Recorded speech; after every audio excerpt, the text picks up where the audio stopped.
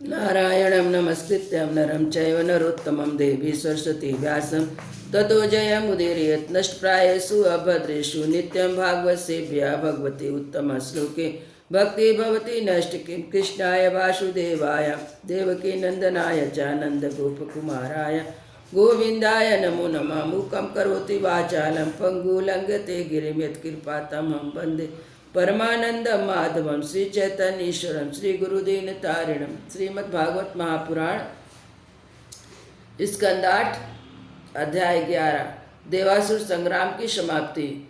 श्री सुखदेव जी कहते हैं, परीक्षित, परम पुरुष भगवान की अहेतुक कृपा से देवताओं की घबराहट जाती रही, उनमें नवीन उत्साह का संचार हो गया।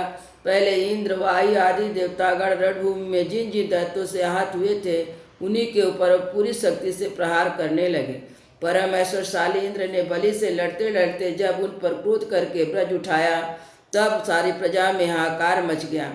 बलि अस्त्र शस्त्र से सुसज्जित होकर बड़े उत्साह से युद्ध भूमि में बड़ी निर्भयता से डटकर विचर रहे थे। उनको अपने सामने ही देखकर हाथ में ब्रज लिए हुए इंद्र ने उनका तिरस्कार करके कहा, मूर्ख, जैसे नट बच्चों की आंखें बांध कर अपने जादू से उनका धन ऐंठ लेता है, वैसे ही तू माया की चालों से हम पर विजय प्राप्त करना चाहता है। तुझे पता है नहीं है कि हम लोग माया के स्वामी हैं, वह हमारा कुछ नहीं बिगाड़ सकती है। जो मूर्ख माया के द्वारा स्वर्ग पर अधिकार करना चाहते हैं, उसको लांग कर उस ऊपर के लोगों को भी धाक जमाना चाहते हैं, उन लुटेरे मूर्खों को मैं पहले उनके स्थान से नीचे पटक देता हूँ। ना समझ, तूने माया की बड़ी बड़ी चालें चली है। देख, आज मैं अपने 100 धार वाले वज्र से तेरा सिर धड़ से अलग कर देता हूँ। तू अपने भाई बंधुओं के साथ जो कुछ कर सकता करके देख ले। बलि ने कहा, इंद्र, जो लोग काल शक्ति की प्रेरणा से अपने कर्म के अनुसार युद्ध करते हैं, उन्हें जीत हार, यश, अपयश, मृत्यु ही मिलती है। इसी से ज्ञानी जन इस जगत को काल के अधीन समझ कर ना तो विजय होने पर हर्ष से फूलते हैं, ना तो अब कीर्ति हार अथवा मृत्यु से शोक के लिए वशीभूत होते हैं। तुम लोग इस तत्व से अनभिज्ञ हो। तुम लोग अपने को जय पराजय आदि का कारण कर्ता मानते हो, इसलिए महात्माओं की दृष्टि से शोचनीय हो। हम तुम्हारे मर्म स्पर्शी वचनों को स्वीकार नहीं करते, फिर हमें दुख क्यों होने लगा। सुखदेव जी कहते हैं, वीर बलि ने इंद्र को इस प्रकार फटकारा। बलि की फटकार से इंद्र कुछ तो झेप गया। जब तक वीरों का मानवर्धन करने वाले बलि ने अपने धनुष को कान तक खींच खींच कर बहुत से बाण मारे। सत्यवादी देव शत्रु बलि इस प्रकार इंद्र का अत्यंत तिरस्कार किया। अब तो इंद्र अंकुश से मारे हुए हाथी की तरह और भी चिढ़ गए। बलि का आक्षेप सहन न कर सके शत्रुघाती इंद्र ने बलि पर अपने अमोघ वज्र का प्रहार किया। उसकी चोट से बलि पंख कटे हुए पर्वत के समान अपने विमान के साथ पृथ्वी पर गिर पड़े।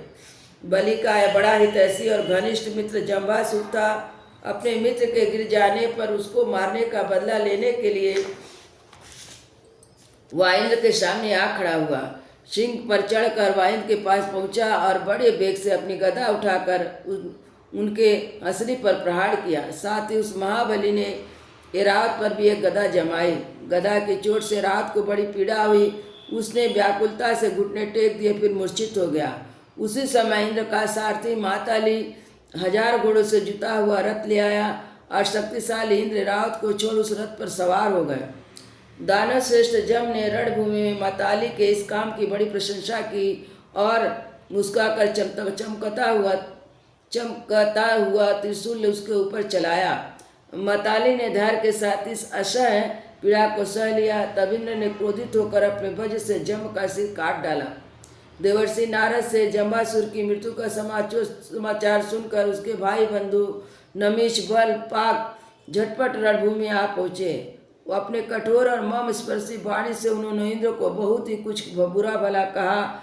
जैसे बादल पहाड़ पर मूलाधार वर्षा कर पानी बरसाते हैं, वैसे उनके ऊपर बाढ़ों की झड़ी लगा दे। बल ने बड़ी हस्तालाव से एक ही साथ 1000 बाण चलाकर इंद्र के 1000 घोड़े को घायल कर दिया। पाक ने 100 बाणों से मताली को और 100 बाण से रथ के एक एक अंग को छेद डाला। युद्ध भूमि में बड़ी अद्भुत घटना हुई और एक ही बार इतने बाण उस पर चढ़ाए और चलाए। नमुची ने बड़े बड़े 15 बाण से उनके सोने के पंख लगे हुए थे इंद्र को मारा और युद्ध भूमि में जल से ही भरे बादल के समान गरजने लगा। जैसे वर्षा काल के बाद बादल सूर्य को ढक लेते हैं, वैसे ही असुरों ने बाणों की वर्षा से इंद्र उसके रथ तथा सारथी को चारों ओर से ढक दिया। इंद्र को ना देखकर देवता उनके अनुचर अत्यंत विहल होकर रोने चिल्लाने लगे। एक तो शत्रुओं ने हरा दिया, दूसरे अब उनका कोई सेनापति भी ना रह गया था। उसी समय देवताओं की ठीक वैसे ही अवस्था हो रही थी जैसे बीच समुद्र नाव में टूट जाने पर व्यापारियों की होती है। परंतु थोड़ी देर में शत्रुओं के बनाए हुए बाढ़ के पिंजरे से घोड़े, रथ, ध्वजा, सारथी के साथ निकल आए।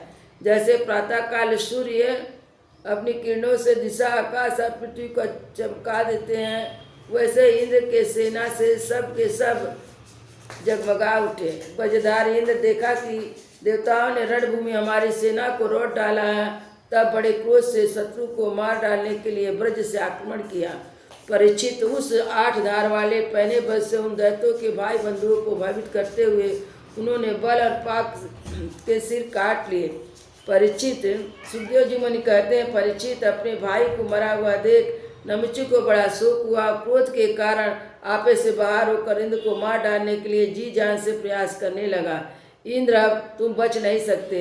इस प्रकार ललकारते हुए एक त्रिशूल उठाकर वह इंद्र पर टूट पड़ा, और जब त्रिशूल फौलाद का बना हुआ था, सोने के आभूषण से विभूषित और उसमें घंटे लगे हुए थे, नमुची ने क्रोध के साथ सिंह के समान गरज कर इंद्र के पास त्रिशूल चला दिया। पर सुखदेव जी मुनि कहते हैं, परीक्षित, इंद्र ने देखा कि त्रिशूल बड़े वेग से उसकी ओर आ रहा है, तो उसने अपने बाण से आकाश में उसको हजारों टुकड़े कर दिए। इसके बाद देवराज इंद्र बड़े क्रोध से उसका सिर काट लेने के लिए उसकी गर्दन पर ब्रज मारा। यद्यपि इंद्र बड़े वेग से वह वज्र चलाया था, परंतु उस यशस्वी ब्रज से उसके चमड़े पर खरोच तक नहीं आई। वह बड़ी आश्चर्यजनक घटना हुई। जिस वजह से महाबली वृत्तासुर का शरीर टुकड़े टुकड़े कर डाला, नमुचे के गले की त्वचा से उसका तिरस्कार कर दिया। जब वज्र नमुची का कुछ ना बिगाड़ सका तो इंद्र इससे डर गए। वे सोचने लगे कि दैवश संसार भर का संशय डालने वाला यह कोई कैसी घटना हो गई। पहले युग में तो ये पर्वत पांखों से उठते थे, घूमते फिरते भार के कारण पृथ्वी पर गिर पड़ते थे। तब प्रजा का विनाश होते देखकर इसे ब्रज से मैंने उसे पहाड़ों के पंखों को काट डाली थी, और त्वष्टा की तपस्या का सारी वृत्तासुर के रूप में प्रकट हुआ था, उसे भी मैंने इसी ब्रज से द्वारा काटा था। वह भी अनेक दैत्य जैसे बहुत बलवान, किसी अस्त्र से जिनके चरणों को भी चोट नहीं पहुँचाई जा सकती, इसी ब्रज से मैंने मृत्यु के घाट उतार दिए थे। वही मेरा ब्रज मेरे प्रहार से करने पर भी इस तुच्छ असुर को ना मार सका, अतः मैं इसे छोड़ूंगा नहीं। वह ब्रह्म तेज से बना हुआ है तो क्या हुआ, वह तो निकम्मा हो चुका है। इस प्रकार इंद्र विषाद करने लगे। उसी समय आकाशवाणी, या दानव ना तो सूखी वस्तु से मर सकता है ना गीली से। इसे मैं वर दे चुका हूँ कि सूखी या गीली वस्तु से तुम्हारी मृत्यु ना होगी। इसीलिए इंद्र, इस शत्रु को मारने के लिए तुम दूसरा कोई उपाय सोचो। और उस आकाशवाणी को सुनकर देवराज इंद्र बड़ी सतर्कता से विचार करने लगे। सोचते सोचते उन्हें सूझ गया कि समुद्र का फेन तो सूखा भी है, गीला भी है, इसलिए ना तो सूखा कर सकते और ना गीला। अतः इंद्र ने सूखे ना गीले समुद्र के फेन नमुचे के सिर काट डाला।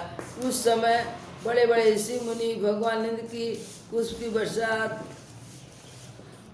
और उनकी स्तुति करने लगे। गंधर्व शिरोमणि विश्वावसु और परावसु गान करने लगे। देवताओं में धुंधुवियाँ बजने लगी और नर्तकियाँ आनंद से नाचने लगी। इस प्रकार वायु, अग्नि, वरुण और आदि दूसरे देवता भी अपने अस्त्रों से विपक्षी को का वैसा ही मार गिराया जैसे सिंह हरिणियों को मार डालते हैं। पर सुखदेव जी मुनि कहते हैं, परीक्षित, इस ब्रह्मा जी ने देखा कि दानव का तो सर्वनाश हुआ जा रहा, तब उसने हर्षित होकर नारद जी को और देवताओं के पास भेजा। नारद जी वहाँ आकर देवताओं को लड़ने से रोक दिए। नारद जी ने कहा, देवता, भगवान की भुजाओं की स्थिति से अब छत्र छाया में रहकर आप लोगों ने अमृत का पान कर लिया है और लक्ष्मी जी भी अपनी कृपा कोर से आपकी अभिवृद्धि की, इसलिए आप लोग लड़ाई बंद कर दें। श्री सुखदेव जी कहते हैं, देवताओं ने देवर्षि नारद की बात मानकर अपने क्रोध को वेग को शांत कर लिया। फिर वे सब के सब अपने लोक स्वर्ग को चले गए। उस समय देवताओं के अनुसार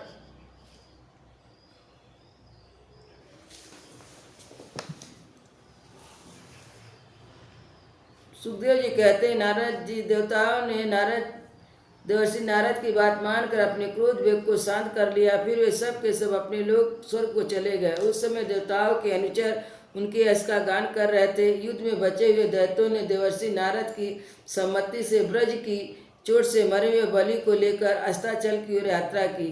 वहाँ शुक्राचार्य ने अपनी संजीवनी विद्या से उन असुरों को जीवित कर दिया जिनके गर्दन आदि अंग कटे नहीं थे, जो बचे रहे थे।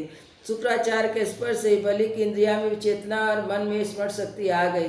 बलि यह समझते थे कि संसार में जीवन मृत्यु जय पराजय उलट फेर होते ही रहते हैं, इसलिए पराजित होने पर उन्हें किसी प्रकार का खेद नहीं हुआ।